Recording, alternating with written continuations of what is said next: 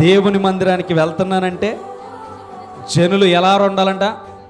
సంతోషంతో ముందుకు వచ్చేయాలంట. అలాగ వచ్చేవాళ్ళు ఉన్నారా? ఆరాధన అయిపోయాక వెళ్ళేవాళ్ళు, 2-3 పాటలు పాడేసాక వెళ్ళేవాళ్ళు.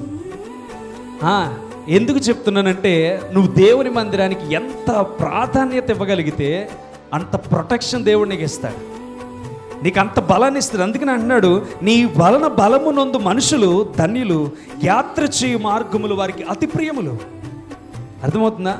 దేవుని మందిరానికి నువ్వు ఎంత ప్రాధాన్యత ఇవ్వగలిగితే, దేవుని విషయంలో ఎంత చోటు ఇవ్వగలిగితే, దేవుని మార్గంలో నువ్వు ఎంత విలువ ఇవ్వగలిగితే అంతగా దేవుడు నీకేం చేస్తాడంటే నీ జీవితానికి బలమునిస్తాడంట. ఎటువంటి బలం? లోక బలం కాదండి, దైవ బలాన్ని ఇస్తాడు. దైవ బలం అంటే ఈ లోకాన్ని సహితం తల్లక్రిందులు చేసేస్తాడు, ఈ లోకాన్ని ఓడించేస్తాడు, ఈ లోకాన్ని నీ కాళ్ళ క్రింద పెట్టేలాగా చేస్తుంది. ఎంత పెద్ద సదవరు వచ్చినా సరే నీ దగ్గర తల వంచి మాట్లాడవలసింది. అలాంటి స్థితిలోనికి దేవుని యొక్క కృప తీసుకువెళ్తాడు. ఎందుకని? నువ్వెప్పుడైతే ఆయన మందిరానికి వెళ్ళాలని నీతో ఒకరు చెప్పారో వాళ్ళకంటే ముందు వచ్చేసి నువ్వు రెడీ అయి కూర్చుంటావు చూడు, అప్పుడు నువ్వు ఇచ్చే ఆ ప్రాధాన్యతను బట్టి నీకు సంతోషం అనేది అధికముగా కలగడం ప్రారంభిస్తాడు.